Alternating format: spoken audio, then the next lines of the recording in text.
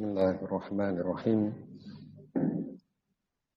Assalamualaikum warahmatullahi wabarakatuh.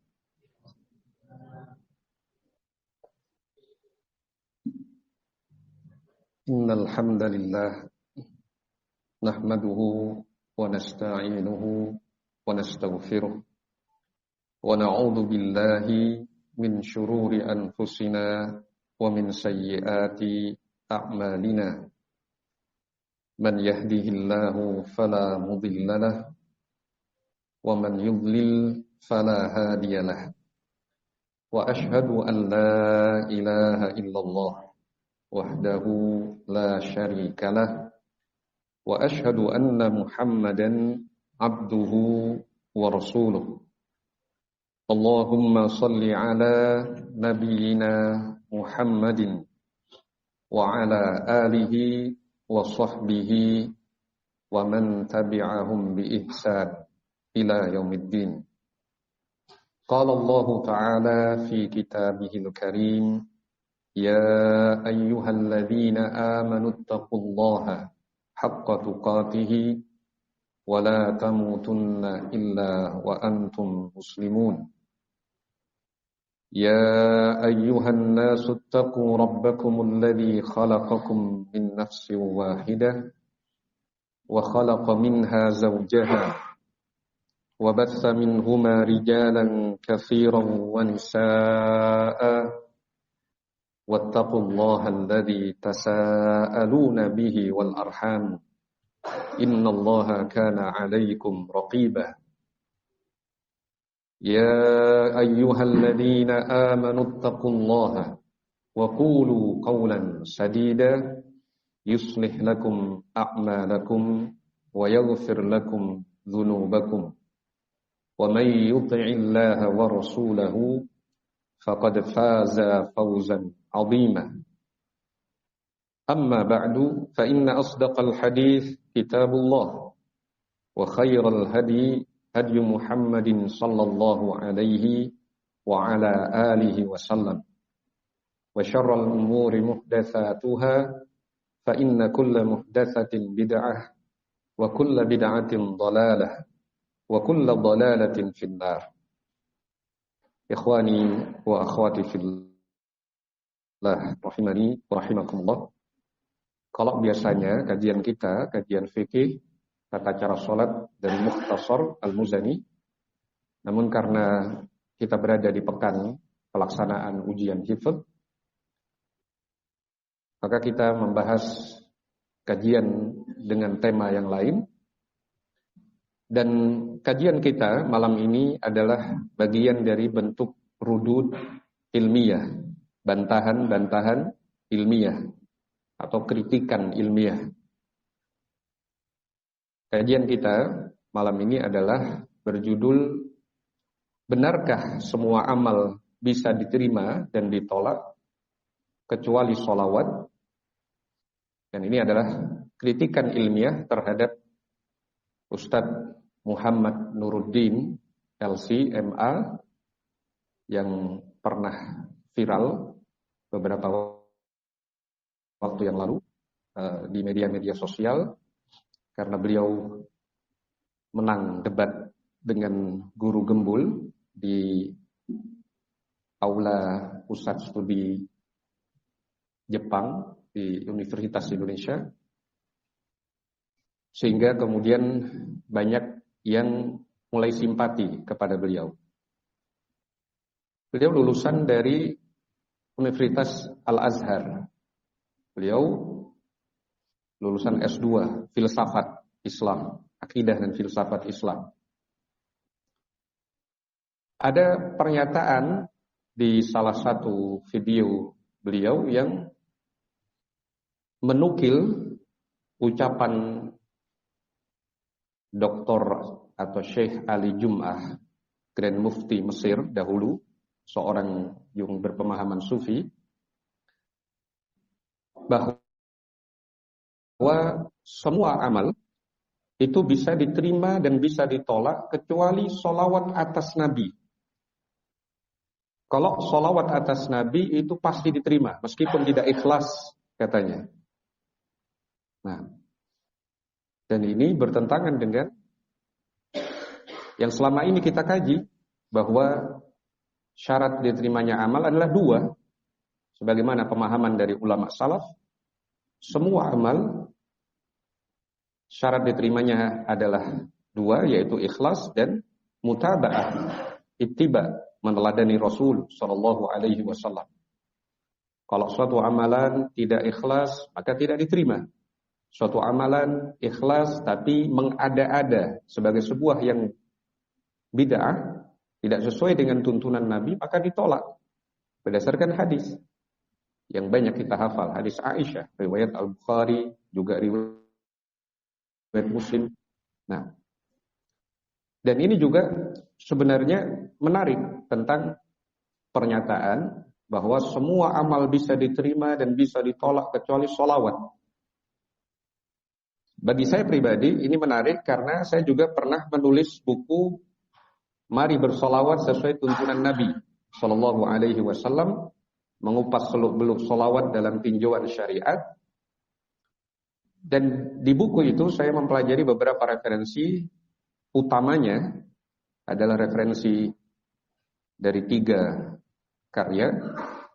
Karya yang pertama Jala'ul Afham fi Fadlis Salati Wassalam ala Khairil Anam, karya Ibnul Qayyim. Kemudian yang kedua Al-Qawlul Badi fi Salati ala Al-Habib Syafi'. Al-Qawlul Badi fi Salati ala Al-Habib Syafi', karya As-Sakhawi, salah satu ulama Syafi'iyah. Demikian juga Fadlus Salati ala Nabi, karya Syekh Abdul Muhsin Al-Abbad, hafizahullah ta'ala. Dan di referensi-referensi itu saya tidak mendapati adanya pengecualian. Meskipun sholawat Nabi, sholawat atas Nabi itu sebuah amal yang luar biasa, amal ibadah yang tidak ditentang keutamaannya berdasarkan riwayat-riwayat yang sahih. Tetapi kalau dinyatakan bahwa sholawat itu tidak harus ikhlas, tidak harus mutaba'ah, maka pertama tunjukkan dalilnya. Apa dalilnya? Adakah ucapan salaf sebelumnya yang demikian? Kemudian pernyataan itu juga berpotensi menimbulkan penyimpangan-penyimpangan. Orang jadi bermudah-mudahan untuk bersolawat, tidak harus dia ikhlas, tidak harus sesuai dengan tuntunan Nabi, meskipun dia mengada-adakan, toh pasti diterima. Maka ini suatu hal yang berbahaya. Nah, maka penting bagi kita untuk sesekali mengkaji kajian rudud ilmiah, bantahan-bantahan ilmiah, terutama untuk menunjukkan bahwa apa yang kita pelajari selama ini dari akidah salaf, dari pemahaman ulama salaf, itu sebenarnya begitu bernilai tinggi. Tidak terasa nilainya dan mahalnya hidayah ini ketika kita tidak membandingkan dengan penyimpangan yang ada. Baru setelah kita melihat, ternyata orang-orang yang bergelar master, bergelar doktor, bahkan grand mufti, itu bisa menyimpang dalam hal-hal yang sederhana. Pembahasan tentang 2 syarat diterimanya amal itu bagian dari pembahasan yang prinsip, pembahasan dasar yang sering diulang-ulang dalam kajian-kajian Ahlus Sunnah, dalam ceramah-ceramah, dalam khutbah Jumat bahkan. Kadang kita tidak memperhatikan begitu mahalnya kandungan pemahaman yang benar itu. Sebelum kita tahu bahwa secara praktek ada orang-orang yang salah di dalam memahaminya. Meskipun dia dianggap sebagai seorang dai yang terkenal, penulis yang hebat, atau dengan gelar-gelar yang lain. Nah, maka ini juga seharusnya membangkitkan perasaan syukur kita terhadap begitu tingginya, begitu mahalnya dakwah salafiyah. Nah, pembahasan kita insya Allah adalah terbagi menjadi 3 hal utama. Yang pertama, penyampaian dalil dan penjelasan ulama bahwa syarat diterimanya amal ada dua, yaitu ikhlas dan ittiba, meladani sunnah Nabi Shallallahu Alaihi Wasallam. Kita insya Allah akan kutipkan beberapa ulama yang juga dinilai sebagai ulama oleh mereka, dianggap ulama oleh ulama-ulama Al-Azhar, Universitas Al-Azhar. Kita akan kutip Al-Fudail bin Iyad, Ibnu Katsir rahimahullah, yang juga dinukil dalam tafsir Al-Baghawi, yang itu banyak dijadikan rujukan. Kemudian nanti kita akan sebutkan juga insyaallah nukilan ucapan Ustadz Muhammad Nuruddin dan Syekh Ali Jum'ah. Kemudian berikutnya insyaallah kita akan urai kritikan ilmiah atau bantahan ilmiah terhadap pemahaman atau keyakinan tersebut. Semoga Allah Subhanahu wa taala memberikan taufik dan pertolongan kepada kita. Yang pertama, kita akan sebutkan pernyataan Al-Fudail bin Iyad rahimahullah, seorang ulama salaf yang wafat tahun 187 Hijriah. Yang ucapan ini sering kita dengar, tetapi tidak bosan-bosannya untuk kita murojaah sebagai bahan introspeksi diri dalam mengupayakan persembahan ibadah yang terbaik agar diterima oleh Allah Subhanahu wa taala. Al-Fudail bin Iyad ini termasuk satu generasi dengan Abdullah bin Al-Mubarak rahimahullah. Ya, kalau Abdullah bin Al-Mubarak itu termasuk atba'ut tabi'in. Dan Al-Fudail bin Iyad bisa jadi masuk juga dalam kategori min atba'it tabi'in. Generasi ketiga yang dijamin kebaikannya oleh Nabi Shallallahu Alaihi Wasallam, termasuk generasi salaf, ulama salaf. Beliau wafat tahun 187 Hijriah. Al-Fudail bin Iyad menafsirkan ayat liyabluwakum ayyukum ahsanu amala, untuk menguji kalian, agar Allah menguji kalian, ayyukum, siapakah di antara kalian, ahsanu amala, yang terbaik amalannya. Ini ada dalam Quran surah Hud ayat 7 dan juga di surah Al-Mulk ayat 3. Al-Fudail bin Iyad rahimahullah menjelaskan apa yang dimaksud dengan ahsan wa amala, amalan yang terbaik itu. Beliau menyatakan akhlasuhu wa aswabuhu. Amalan yang terbaik adalah yang paling ikhlas dan paling tepat, paling benar. Fa innahu idza kana khalisan wa lam yakun shawaba lam yuqbal. Apabila seorang ikhlas tapi amalannya tidak tepat, tidaklah diterima. Wa idza kana shawaba wa lam yakun khalisa lam yuqbal. Apabila amalannya tepat tapi ia tidak ikhlas, juga tidak diterima. Hatta yakuna khalisan, hingga amalan itu dilakukan dengan ikhlas.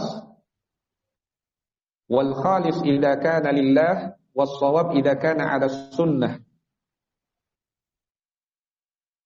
Seorang yang ikhlas jika amalannya dilakukan karena Allah, sedangkan amalan yang tepat atau yang benar adalah jika berada di atas sunnah. Di atas sunnah, bukan di atas kebid'ahan. Jadi amalan itu bisa tidak diterima, mungkin saja karena tidak ikhlas, dia riya. Atau mungkin saja dia tidak sesuai sunnah, dia melakukan kebid'ahan. Nah, ini yang disimpulkan dari pernyataan Al-Fudail bin Iyad rahimahullahu ta'ala. Ucapan Al-Fudail bin Iyad ini diriwayatkan Abu Nu'aim dalam Hilyatul Awliya Dan dinukil pula oleh Al-Imam Al-Baghawi, salah seorang ulama Syafi'iyah, dalam tafsirnya ketika menafsirkan surah Al-Mulk. Jadi dinukil oleh Al-Imam Al-Baghawi. Al-Baghawi salah satu ulama Syafi'iyah yang jadi rujukan oleh ulama-ulama Universitas Al-Azhar. Universitas Al-Azhar Kairo, Mesir, itu menyatakan, sebagian tokohnya menyatakan bahwa lulusan Al-Azhar atau mahasiswa Al-Azhar atau sivitas akademika dari Universitas Al-Azhar itu sufi secara suluknya, asy'ari secara akidahnya, dan syafi'iyah secara fikihnya. Nah,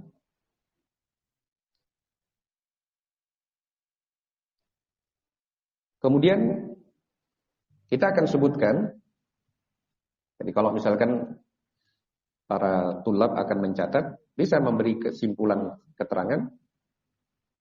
Al-Fudail bin Iyad wafat tahun 187 Hijriah menjelaskan bahwa syarat diterimanya amal adalah dua, ikhlas dan tepat sesuai sunnah. Al-Fudail bin Iyad yang wafat tahun 187 Hijriah menjelaskan bahwa amalan itu bisa diterima jika dia ikhlas dan tepat di atas sunnah. Riwayat Abu Nuaim dalam Hilyatul Awliya. Dikutip oleh Al-Imam Al-Baghawi dalam tafsirnya. Antum bisa catat poin-poin penting itu. Nah,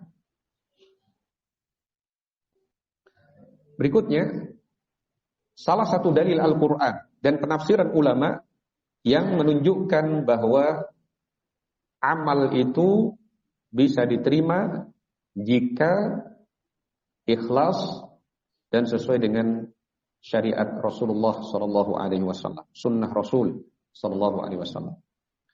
Dalilnya adalah surah Al-Kahf ayat 110. Allah Subhanahu wa taala berfirman, "Faman kana yarju liqa'a rabbih falyamal 'amalan shalihan wa la yusyrik bi'ibadati rabbih ahada."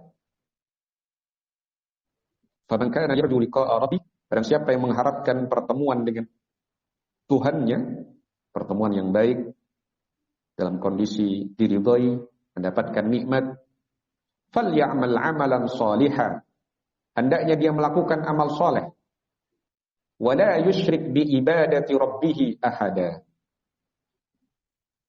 dan tidak menjadikan apa dan siapapun sebagai sekutu dalam beribadah kepada Tuhannya. Nah, Quran surah Al-Kahfi ayat 110. Al-Imam Ibnu Katsir rahimahullah, salah seorang ulama Syafi'iyah yang wafat tahun 774 Hijriah.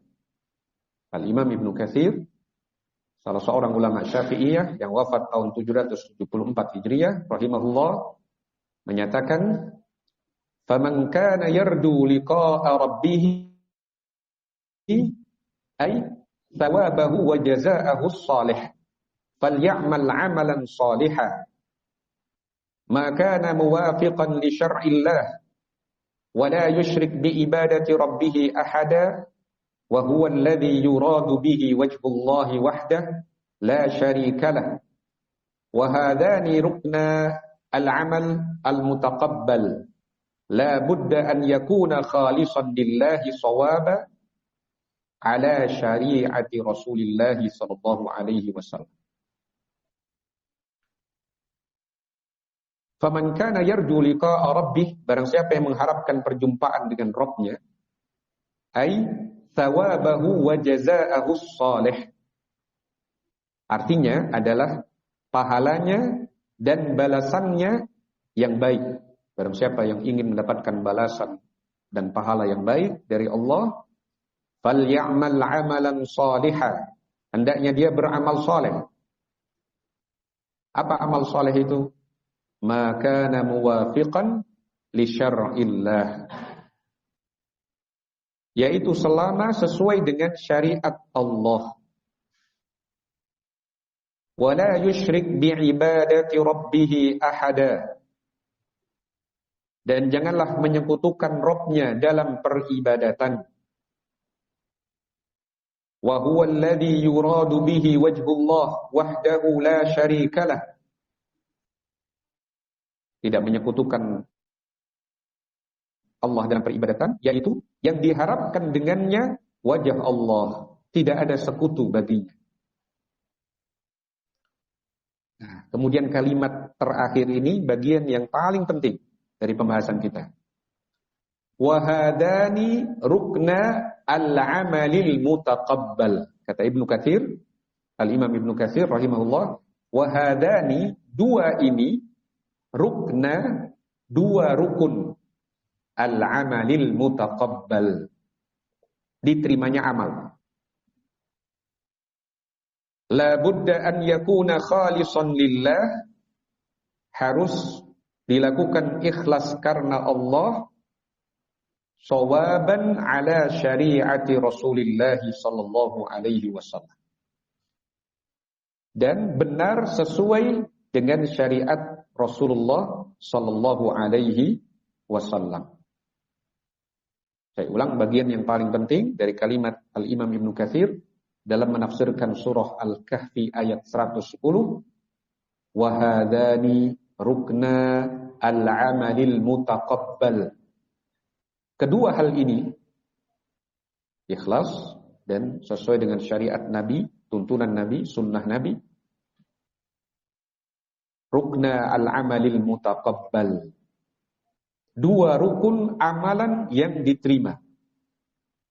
La budda an yakuna khalisan lillah, harus dilakukan ikhlas karena Allah, sawaban ala syariati Rasulillah sallallahu alaihi wasallam, dan benar sesuai syariat Rasulullah sallallahu alaihi wasallam. Nah, tidak ada pengecualian dari ucapan Al-Fudail bin Iyad ataupun ucapan Ibnu Katsir kecuali untuk sholawat misalkan. Tidak ada kalimat-kalimat seperti itu. Nah,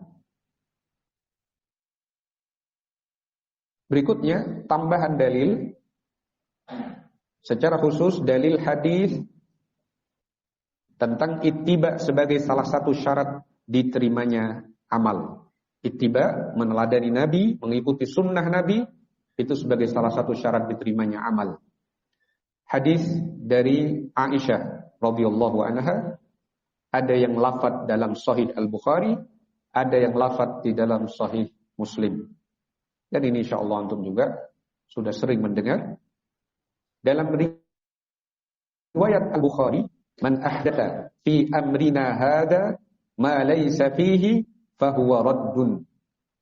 Barang siapa yang mengada-adakan dalam perkara kami ini, perkara agama yang tidak ada padanya, maka itu tertolak. Hadis riwayat Al-Bukhari dari Aisyah.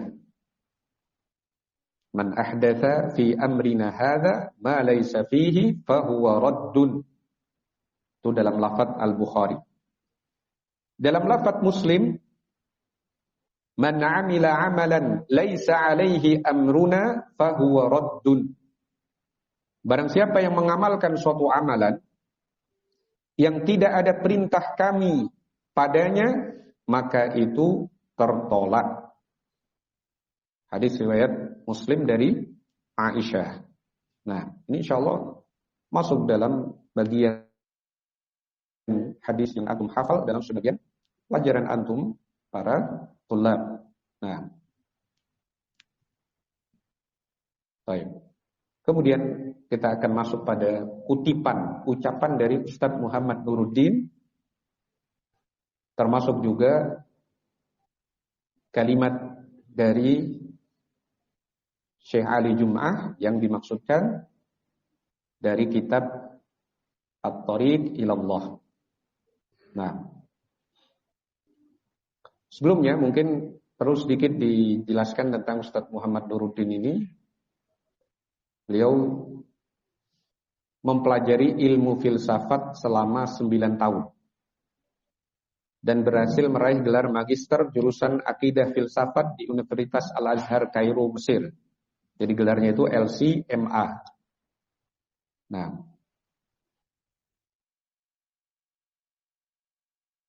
dan yang viral di media sosial itu debat antara Ustadz Nuruddin dengan guru gembul.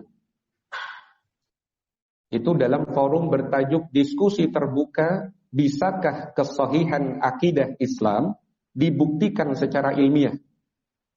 Itu dilaksanakan pada hari Rabu 9 Oktober 2024 di Aula PSG, Pusat Studi Jepang, Universitas Indonesia. Maka baru di situ mulai tambah banyak orang yang merasa simpati dengan Ustadz Muhammad Nuruddin ini. Padahal di dalam debat itu dia juga mengambil rujukan kitab filsafat karya orang Syiah. Ditunjukkan sebagai salah satu rujukan bagi orang yang belajar filsafat. Ini rujukannya. Salah satu karya orang Syiah, tapi orang banyak yang terpukau. Apalagi dia berhasil mengalahkan guru gembul, yang sebelumnya guru gembul lebih dulu dikenal di media-media sosial, termasuk ketika dia, guru gembul ini berdebat dengan Alawiyin di kesempatan yang lain. Tapi kemudian di forum ini dia dikalahkan dalam debat itu oleh Ustadz Muhammad Nuruddin ini. Nah, dan karena Ustadz Muhammad Nuruddin adalah seorang lulusan dari Universitas Al-Azhar Kairo, ya, dia juga membawa pemahaman filsafatnya, sufinya, asy'arinya. Nah, kita akan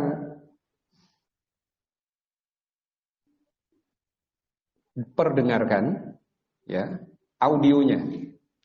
Audio dari Ustadz Muhammad Nuruddin ini, dan ini sini ada transkripnya. Ada transkrip tulisannya, jadi mungkin bisa didengarkan suaranya. Suaranya didengarkan, tapi ini suara syubhat ya. Hanya sebagai bentuk bahwa kita menyajikan secara ilmiah kutipan dari apa yang kita bantah. Nah,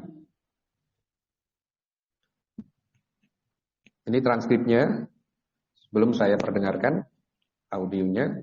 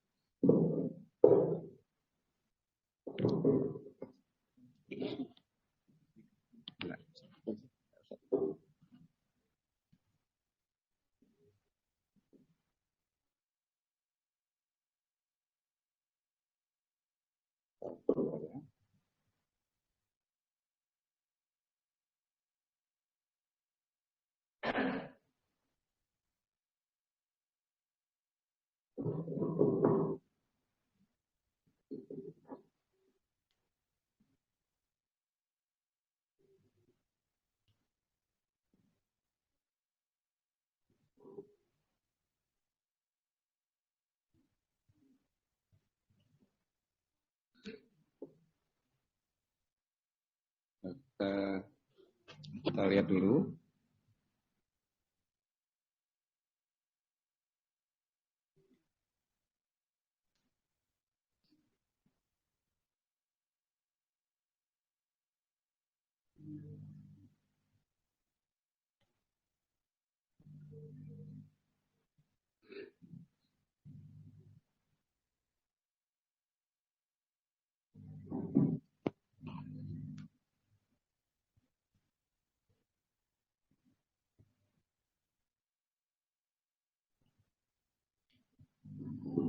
Baik, sebenarnya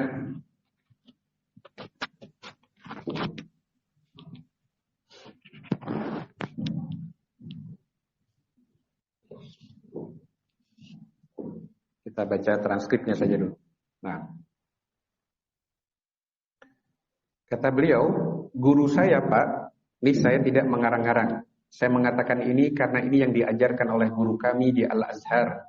Ada seorang Grand Mufti Mesir, mantan Mufti Mesir, namanya Syekh Ali Jum'ah, ulama besar. Di salah satu kitabnya, judulnya itu At-Thariq Ilallah. Beliau mengatakan begini, semua ibadah anak cucu Adam itu bainal qabul warrad. Itu antara diterima dan enggak diterima. Bapak sholat ini, subuh ini, bisa jadi diterima sama Allah, bisa jadi kagak. Saya ceramah begini nih, bisa jadi pahalanya diterima sama Allah, bisa jadi enggak. Semua ibadah kita begitu. Sedekah, puasa, ngaji, hadir majelis ta'lim, semua ibadah kita begitu. Bisa jadi diterima, bisa jadi enggak. Satu-satunya Pak, satu-satunya ibadah dalam Islam yang udah pasti diterima, hatta dari orang fasik sekalipun, kata beliau, hatta dari orang fasik sekalipun, tukang mabuk misalnya, apalagi misalnya, sebutlah kefasikan-kefasikan itu. Orang fasik kalau melakukan ibadah ini, pasti Allah terima. Apa itu? As-salah ala Nabi sallallahu alaihi wasallam. Bersolawat kepada Nabi sallallahu alaihi wasallam. Kenapa? Kata beliau, kenapa? Karena ini ibadah berkaitan langsung dengan kekasih Allah. Bijana bin Nabawi Asy-Syarif, kekasih Allah yang mulia. Kita kalau solawat udah pasti diterima. Kita kalau solawat udah pasti diterima Pak. Makanya ibadah kalau kita merasa aduh sholatku ini gimana cacatnya, solawat sama Nabi perbanyak. Ya. Jadi mestinya kalau ditanya gimana sholat saya ini, perbanyak sholat sunnah. Dan itu yang sesuai dengan hadis yang sahih. Tapi disuruh untuk perbanyak sholawat. Jadi kata Ustadz Muhammad Nuruddin ini, makanya ibadah kalau kita merasa, aduh sholatku ini gimana cacatnya, sholawat sama Nabi perbanyak. Insya Allah itu bisa menambal kekurangan ibadah kita. Insya Allah itu diterima. Kalau kata guru saya memastikan, pasti diterima. Gurunya maksudnya Syekh Ali Jum'ah. Itu penjelasan para ulama. Artinya mereka punya dalil. Terlepas kita tahu atau tidak mana ayatnya, mereka meneliti dalil Al-Quran dan Sunnah. Nah, ini sudah ngajari taklid. Ya. Pokoknya ulama itu ngerti dalilnya. Nah, tidak ilmiah. Itu penjelasan para ulama katanya. Artinya mereka punya dalil. Terlepas kita tahu atau tidak mana ayatnya, mereka meneliti dalil Al-Quran dan Sunnah. Kata mereka, ibadah yang pasti diterima dari orang Muslim, sekalipun dia fasik, itulah sholawat kepada Nabi Sallallahu Alaihi Wasallam. Nah,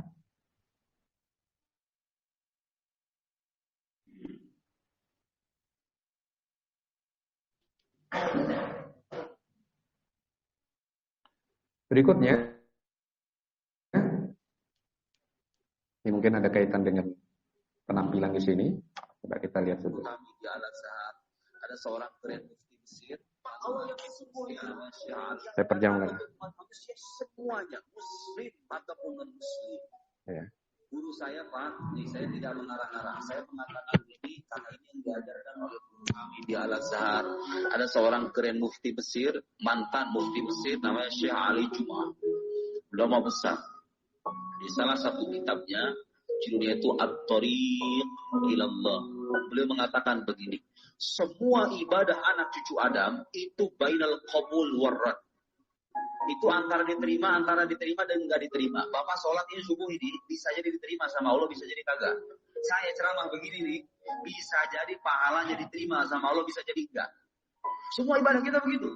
Sedekah, puasa, ngaji, hadir majelis taklim, semua ibadah kita begitu. Bisa jadi diterima, bisa jadi enggak. Satu-satunya Pak, satu-satunya ibadah dalam Islam yang udah pasti diterima, hatta dari orang fasik sekalipun, kata beliau.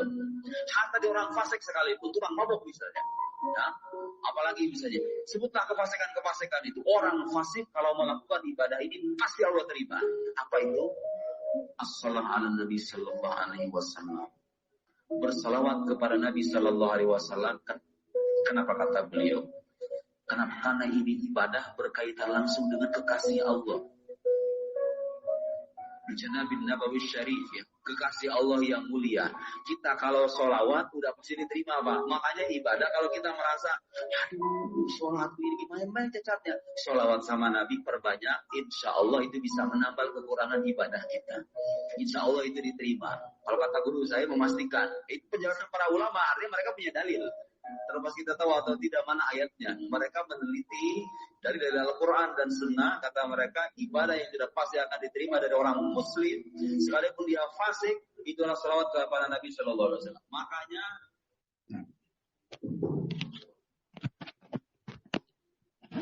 itu kutipannya. Nah, jadi itu kutipannya tadi. Nah, setelah melihat atau mendengarkan itu, saya berusaha mencari kitab yang dimaksud, At-Thariq Ilallah. Dan mudah dicari, PDF-nya dapat. Dan saya baca satu persatu bagiannya. Dan di situ ditemukan di halaman 65. Di halaman 65. Kutipan ucapan Syekh Ali Jum'ah. Ya. Kata beliau, wa kullu amalin bainal qabuli war raddi illa as-shalah 'ala an-nabi sallallahu alaihi wasallam.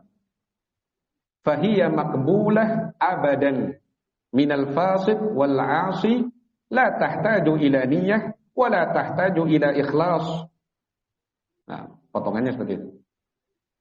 Kata Syekh Ali Jum'ah, wa kullu amalin, setiap amalan bainal qabuli war radd, berada dalam keadaan antara diterima atau ditolak. Illa shalah 'ala Nabi sallallahu alaihi wasallam. Kecuali sholawat atas Nabi sallallahu alaihi wasallam. Fahiya maqbulatun abada. Fahiya maqbulah abada. Akan selalu diterima. Minal fasik wal 'asi, baik dari orang yang fasik dan bermaksiat. La tahtaju ila niyyah, tidak butuh pada niat. Wala tahtaju ila ikhlas, dan tidak butuh pada keikhlasan. Ya. Kemudian di halaman yang sama, coba saya cermati apa dalilnya sebenarnya. Sesuatu yang dianggap dalil oleh beliau adalah hadis man shalla alayya wahidatan sallallahu alaihi asyra. Barang siapa yang bersolawat atasku, atas Nabi sallallahu alaihi wasallam, sekali, Allah akan bersolawat atasnya 10 kali. Kata Syekh Ali Jum'ah, wa lam yashtarit fi dzalika la ikhlas wala taqwa wala maqamat wala ghaira dzalik. Tidak dipersyaratkan, lam yashtarit fi dzalik la ikhlas, tidak perlu ikhlas, wala taqwa, tidak perlu taqwa, wala maqamat ataupun kedudukan-kedudukan, wala ghaira dzalik, dan maupun yang selainnya. Ini masih di halaman yang sama, halaman 65 dari kitab At-Thariq Ilallah. Nah, bantahannya adalah satu hadis, ya selain yang sudah kita kemukakan, itu sebenarnya cukup sebagai bantahan. Ulama-ulama terdahulu, Al-Fudail bin Iyad maupun Ibnu Katsir rahimahullah, tidak ada yang memperkecualikan. Ketika menyebutkan syarat diterimanya amal, tidak diperkecualikan. Semua amalan berlaku. Tambahan satu hadis lagi sebagai bantahan terhadap Syekh Ali Jum'ah ini. Hadis Nabi SAW bersabda, Innallaha la yaqbalu minal amal illa ma kana lahu khalisan wabtughiya bihi wajhuh. Sesungguhnya Allah tidaklah menerima amal kecuali yang dilakukan ikhlas dan diharapkan dengannya wajah Allah. Innallaha, sesungguhnya Allah, la yaqbalu minal amali, tidaklah menerima amalan illa ma kana lahu khalisan, kecuali yang dilakukan ikhlas, wabtughiya bihi wajhuh, dan yang diharapkan dengannya wajah Allah. Ini hadis riwayat An-Nasa'i dari sahabat Abu Umamah, disahihkan oleh Syekh Al-Albani. Bagaimana bisa dikatakan walam yashtarit fi dzalik la ikhlas? Tidaklah diperlukan, dipersyaratkan dalam mengucapkan sholawat itu Apakah itu keikhlasan, ketakwaan, maupun kedudukan yang selain. Jadi penyebutan dalilnya tidak sesuai dengan sisi pendalilannya. Kita tidak menafikan hadis yang disampaikan itu sahih, tetapi menunjukkan keutamaan sholawat, bukan menunjukkan bahwa sholawat tidak perlu ikhlas. Menunjukkan keutamaan sholawat, dan saya bersolawat satu kali atas Nabi, Allah akan bersolawat untuk orang itu. Dan ahlu sunnah termasuk orang yang paling banyak bersolawat, karena mereka sering mendengar hadis Nabi disampaikan. Pembicara yang menyampaikan hadis Nabi disebutkan dalam sabda Rasulullah, kemudian bersalawat sallallahu alaihi wasallam. Yang mendengarkan pun juga dianjurkan ketika disebut nama Nabi atau diisyaratkan itu sebagai Nabi atau Rasul, mereka pun bersalawat. Ketika menulis pun ahlu sunnah tidak pelit dengan menyingkat sallallahu alaihi wasallam menjadi SAW misalkan. Maka mereka termasuk orang-orang yang paling banyak bersolawat. Belum lagi dalam ibadah-ibadah yang lain, baik itu sholat dalam tasyahud ataupun ketika akan masuk ke dalam masjid dan sunnah-sunnah Nabi yang lain. Nah, kemudian yang terakhir yang dikemukakan di sini adalah ucapan Mutarrif bin Abdillah. Ucapan Mutarrif bin Abdillah rahimahullah. Mutarrif ini salah satu ulama tabi'in di Basrah. Salah satu muridnya itu Al-Hasan Al-Basri, murid beliau salah satu. Sedangkan guru Mutarrif itu sebagian sahabat Nabi seperti Abu Dar, Ali, Muawiyah. Ya. Mutarrif bin Abdillah termasuk ulama salaf dari kalangan tabi'in. Beliau menyatakan berdoa setiap hari supaya Allah mengabulkan, menerima ibadahnya. Allahumma taqabbal minni salata yaumin. Ya Allah, terimalah dariku salatku hari ini. Allahumma taqabbal minni shauma yaumin. Ya Allah, catatkanlah untukku, terimalah dariku puasa hari ini. Allahumma aktub li hasanatan. Ya Allah, catatkanlah untukku kebaikan. Artinya, beliau tidak merasa ujub bahwa apa yang beliau telah lakukan dipastikan diterima oleh Allah Subhanahu wa taala. Disebutkan salatnya, puasanya, berharap semoga Allah menerima. Didoakan, ya Allah terimalah ibadah kami. Dan di situ beliau tidak memperkecualikan. Ya. Tsumma yaqul, kemudian Mutarrif bin Abdillah mengatakan innama yataqabbalullahu minal muttaqin. Allah hanyalah menerima dari orang-orang yang bertakwa. Artinya amalan itu diterima jika mengandung ketakwaan. Dan ketakwaan itu adalah ketika beramal, dia harus ikhlas dan sesuai dengan tuntunan Nabi SAW. Bagaimana bisa seorang menyatakan ketika mengucapkan sholawat tidak perlu ikhlas, tidak perlu takwa di situ? Mungkin orang fasik, tapi ketika beramal satu amalan, sholatkah, puasakah, dia ikhlas dan dilakukan sesuai dengan sunnah Nabi, maka akan diterima insya Allah oleh Allah Subhanahu wa ta'ala. Kemudian hal ini bisa menimbulkan akses negatif yang lain, pengaruh-pengaruh negatif yang lain. Ketika seorang dimotivasi bahwa sholawat itu tidak perlu ikhlas, tidak perlu ittiba, maka bisa jadi dia akan bermudah-mudahan. Kemudian mengarahkan orang untuk jangan menyalahkan ketika orang salah dalam ucapan sholawatnya, karena pasti diterima. Nah, meskipun tidak sesuai dengan sunnah Nabi, pasti diterima. Meskipun dia tidak ikhlas, pasti diterima. Sehingga berkembang bentuk-bentuk sholawat yang bermacam-macam, bahkan mungkin mengikuti tren atau lagu-lagu atau musik-musik yang dilakukan oleh orang-orang fasik dengan tidak menghormati bentuk sholawat itu, karena menganggap pasti sholawat itu diterima.